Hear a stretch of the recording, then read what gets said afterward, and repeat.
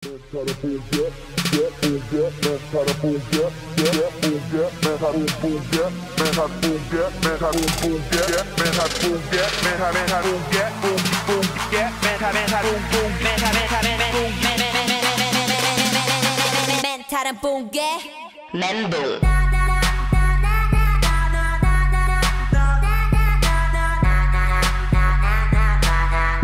tout le monde, donc aujourd'hui je reviens pour une nouvelle vidéo. Donc comme marqué dans le titre, donc je vais vous montrer mes lectures du mois d'août, suivi d'un book haul ou une my mailbox en gros.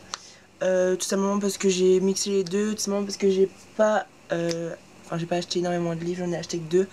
Et donc voilà, faire une vidéo pour ça, ça me semblait un peu inutile, clairement. Donc voilà, j'espère que cette vidéo vous plaira et continuez à regarder. Donc en premier temps, on va commencer avec le book haul ou le my mailbox comme vous voulez. Donc j'ai pas acheté énormément de livres ce mois-ci, tout simplement parce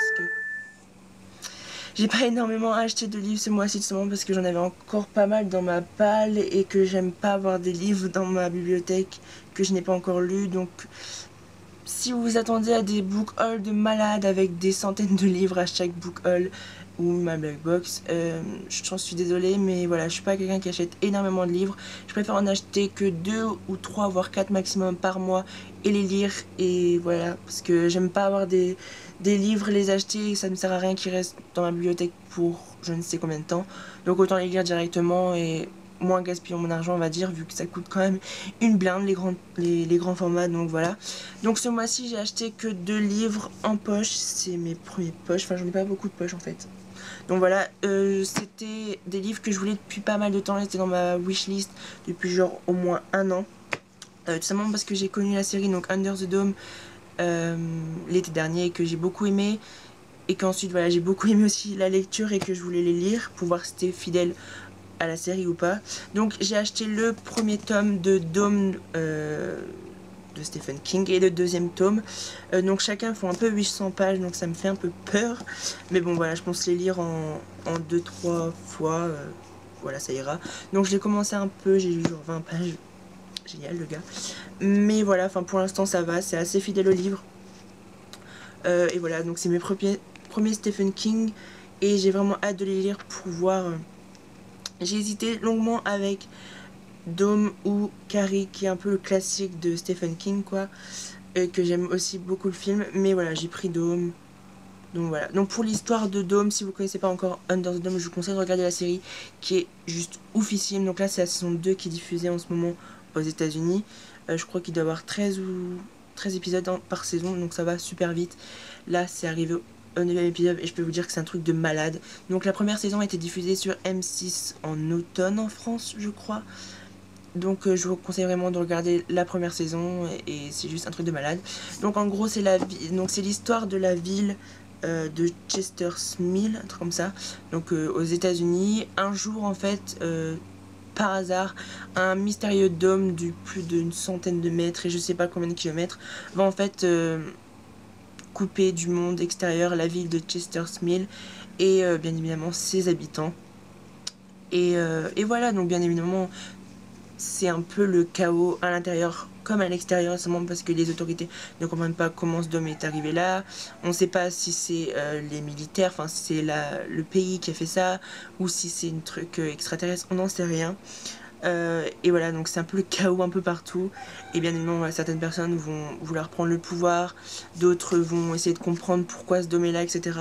C'est juste un truc de malade. Je vous conseille réellement la série.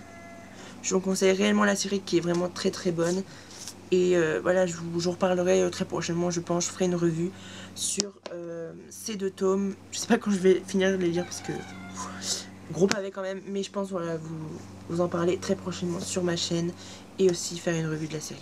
Donc maintenant on va passer à mon bilan du mois d'août. Donc mon bilan lecture du mois d'août. J'ai pas énormément lu ce mois-ci parce que je sais pas. J'avais un peu la flemme en fait. J'ai tout le temps la flemme. Donc j'ai effectué une relecture plus je ne sais combien de lectures. Voilà, donc c'est parti. Donc premièrement j'ai lu Le Monde de Charlie qui est une relecture. Donc écrit par Stefan Zborski, je sais pas comment ça se dit. Bref, donc voilà, c'est roman favori, je pense, du monde entier. C'est mon meilleur roman, je pense. Donc, je l'ai lu l'été dernier et je pense le relire tous les étés. Donc, en gros, c'est l'histoire de Charlie, un ado de 16 ans, il me semble. 16 ans, ouais, 15 ans. Bref, donc qui a passé un été assez merdique parce qu'il a perdu son meilleur ami qui s'est suicidé d'une balle dans la tête. Donc ça a été un été assez horrible pour lui. Il n'a aucun ami et il va rentrer donc au lycée pour donc sa première année. Et donc en fait, vu qu'il n'a pas d'amis, bah, il nous écrit à nous. Et c'est ce qui est tellement touchant en fait, parce qu'il se confie, il n'a pas réellement d'amis, donc il se confie à nous et on a juste envie d'une chose, c'est de lui écrire. Et voilà, après il va nous raconter tout ce qu'il fait, voilà, il va connaître plein de choses, des fêtes, ses premières cuites, ses premières premières drogues, etc. Enfin voilà, ce genre de choses qu'un adolescent fait en général. Et c'est ce que j'aime la vision du monde qu'a Charlie, j'aime sa vie, j'aime son ressenti, j'aime tout ce livre. J'aime que ça se passe dans les années 90. Et voilà, j'aime aussi beaucoup le film, mais le film est beaucoup moins explicite à la fin. Donc, je remercierai jamais assez Stéphane Zboski pour m'avoir écrit ce livre. Non, pour avoir écrit ce livre, parce que ça m'a donné... en fait, ça m'a montré que la lecture n'était pas réservée. Enfin, n'était pas quelque chose d'ennuyant, de quelque chose, voilà, qui... Enfin, voilà, j'ai découvert grâce à ce livre que la lecture était... Enfin, voilà, ça m'a vraiment donné envie de lire encore plus et d'aimer la lecture. Et donc merci pour ce roman. Et en plus voilà, si vous avez la flemme de lire le livre, si vous êtes un peu comme moi un gros flemmard, mais je vous conseille réellement de lire le livre. Mais si vous avez un peu la flemme et que vous n'aimez pas forcément les livres, je vous conseille bien évidemment de voir le film. Il est très bien avec une bande son, donc une bande musicale qui est vraiment très très bien. Donc voilà, donc je pense le lire tous les étés et voilà donc mon livre favori de tous les temps. Voilà. Ensuite, comme je l'avais dit donc dans une précédente vidéo, je crois que c'était mon bilan du mois de juillet, je crois. J'avais parlé de mon Harry Potter, enfin le marathon Harry Potter que j'allais effectuer. Donc j'avais lu le premier tome fin juillet et j'ai lu donc les deux suivants, donc La Chambre des Secrets et Le Prisonnier d'Azkaban. Voilà, ça m'a replongé dans l'univers Harry Potter. Moi qui ai beaucoup aimé les films, j'ai grandi avec Harry Potter, enfin les films quoi. Je les avais jamais lus, je sais c'est une honte, mais j'ai beaucoup aimé. Voilà, ça m'a replongé un peu dans cet univers que j'aimais tant. J'ai beaucoup aimé le Quidditch alors que dans les films j'aime pas trop. Et voilà, enfin, j'ai beaucoup aimé. Et donc bien évidemment, comme je l'ai dit, je me suis fait, à chaque fois que j'avais fini un livre, à chaque fois je me faisais le film. Donc là j'ai pas le premier, enfin j'ai regardé le premier, hein, mais je l'ai aussi, mais ma soeur me l'a emprunté pour partir en vacances, donc voilà. Mais ouais, c'était super cool et j'ai trop hâte de lire les suivants. Pourquoi j'ai pas lu les suivants? Bah parce que j'avais la flemme et que en fait je me les garde pour Noël parce que j'aime bien lire ce genre de... Enfin j'aime bien regarder les films Harry Potter au période de Noël et peut-être que les lire sera encore mieux. Donc voilà, franchement relisez-les si vous ne les avez pas relus depuis longtemps. Ça vous fera des bons souvenirs. Donc lecture suivante, j'ai lu La Liste de Siobhan Ambibiane aux éditions Nathan que j'ai bien aimé, pas énormissime mais le message est très bien, je trouve c'est très bien d'en parler, enfin c'est une histoire assez touchante et c'est très bien d'en parler à des ados. Donc voilà, c'est l'histoire d'un lycée à Washington où la tradition veut que chaque année une liste est dévoilée avec 8 filles, donc 4 belles et 4 dites moches, donc de chaque classe, donc troisième, seconde, première, terminale. Et donc on découvre donc ces 8 filles qui sont cataloguées, certaines vont être mises en avant, d'autres vont se faire traiter H24, d'autres vont le prendre très bien, d'autres très mal, que ce soit du côté des moches ou des belles. Et ce que j'aime c'est qu'on a le point de vue de toutes les filles, donc un chapitre, une fille, ce qui est très compliqué pour moi vu que j'ai des gros problèmes avec les prénoms, mais bon, on s'y habitue. Là l'écriture est très bien, c'est ce que j'ai bien aimé et je comprends pas pourquoi en fait tous les articles et toutes les vidéos, après j'ai pas forcément tout vu, mais les vidéos la plupart que j'ai vues sont enfin qui parlait de ce livre étaient assez mitigés et voire pas très fan du livre. Pour le message et pour le livre en général, moi j'ai bien aimé.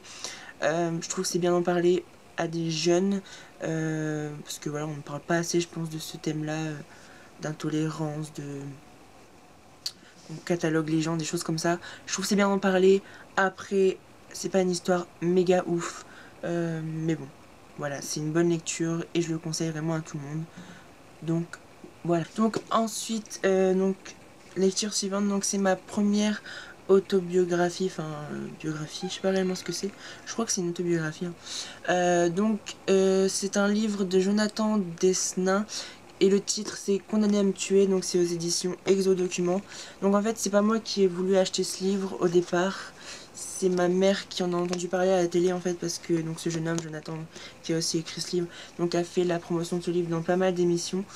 Et l'histoire était assez touchante, donc ma mère voulait le livre, enfin voulait le lire quoi. Et donc après, elle l'a lu et donc ensuite elle me l'a donné pour que je lise aussi, donc je l'ai lu. Et ça faisait un moment qu'il était dans ma bibliothèque et je n'aime pas le voir là et voilà, donc je l'ai lu. Donc c'est l'histoire de Jonathan en fait qui vit dans le Nord, tout comme moi, et comment dire, en fait ce jeune homme, donc qui est sur la photo là, en fait a été maltraité, enfin pas maltraité par ses parents, mais a été en fait racketté, terrorisé depuis tout son jeune âge, que ce soit à l'école primaire, au collège, au lycée. Et donc en fait il a une vision du monde assez horrible, enfin voilà, il a quand même il a souffert énormément, il n'en a jamais parlé, que ce soit ses parents, etc. Et donc la seule solution pour lui était de se suicider, donc d'en finir. Heureusement pour lui, il a survécu. Il a eu 72% de son corps brûlé, je crois, un truc comme ça. Il est resté des mois dans le coma et il a voulu faire passer ce message à travers ce roman, parler de son histoire, enfin ce roman, son autobiographie, faire partager son histoire, dire à ceux qui sont victimes aussi qu'il y a une solution, qu'il y a une voie de guérison et qu'on peut toujours s'en sortir. Et je trouve que c'est un très beau message. L'histoire en elle-même est très belle aussi, mais j'ai pas aimé la façon dont c'est écrit. C'est très répétitif, ok, il se fait racketter, etc. Voilà, mais j'aurais peut-être voulu, je trouve que la manière d'écrire n'était pas assez fluide pour moi, c'est assez morbide, il parle beaucoup de la mort, ce qui est compréhensible, mais voilà, il va jusqu'à travailler dans une morgue, enfin voilà, des choses comme ça.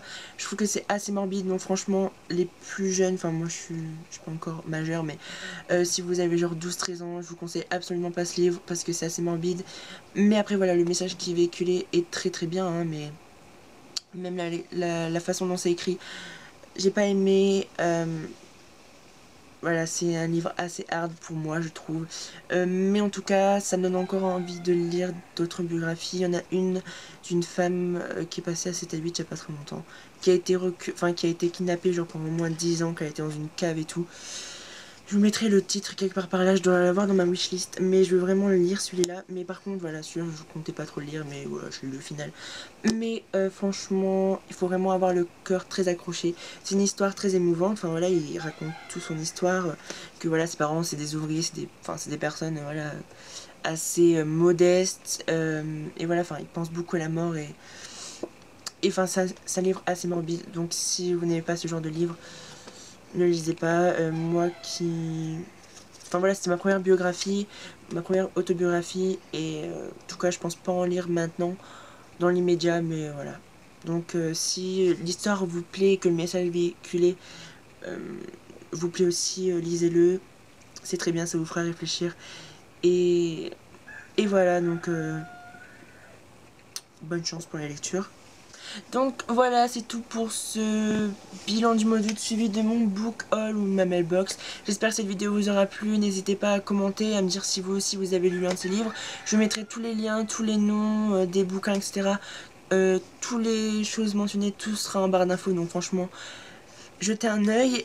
N'hésitez pas non plus à me suivre sur Twitter, Instagram, je pense que c'est le meilleur moyen de me suivre au quotidien si ça vous intéresse. Et surtout de vous abonner et de liker cette vidéo, ça me ferait énormément plaisir. Et aussi de me donner des idées de vidéos parce que je sais vraiment pas quoi faire. J'ai quelques idées mais bon voilà. Dites-moi aussi comment s'est passée votre rentrée, si ça s'est bien passé, si vous avez retrouvé tous vos amis, etc. Ça ferait plaisir de savoir. Et voilà, donc je vous retrouve très prochainement dans une vidéo. A très bientôt sur ma chaîne. Bye.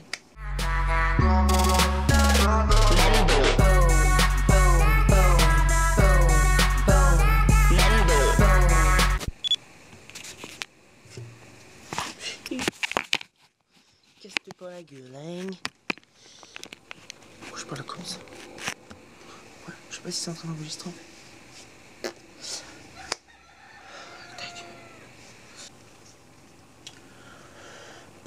Fuck me.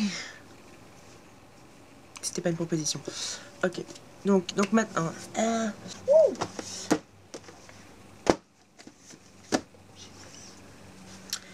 Réseaux sociaux, Twitter, Instagram, etc. Je mets trop. Je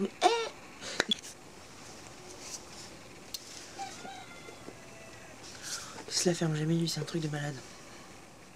Donc j'espère que cette vidéo vous aura plu et je vous retrouve un très. J'espère que cette vidéo vous aura plu. Non.